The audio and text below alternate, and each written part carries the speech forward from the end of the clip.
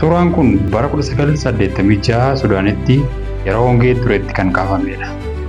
Yeroo sanatti beelli hamaan waan tureef lubbuun namoota baay'ee kan darbedha. Suuraa kana kan kaase immoo Kevin Carter fotoogiraafara jedhamudha.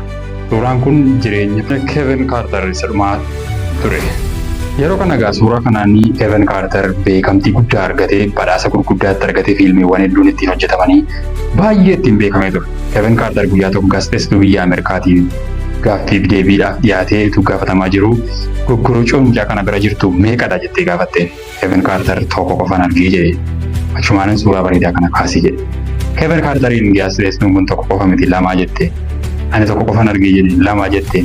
Kevin Carteriin gaaffiin kun galuu fi didee baay'ee rakkisee duuba irratti galeera.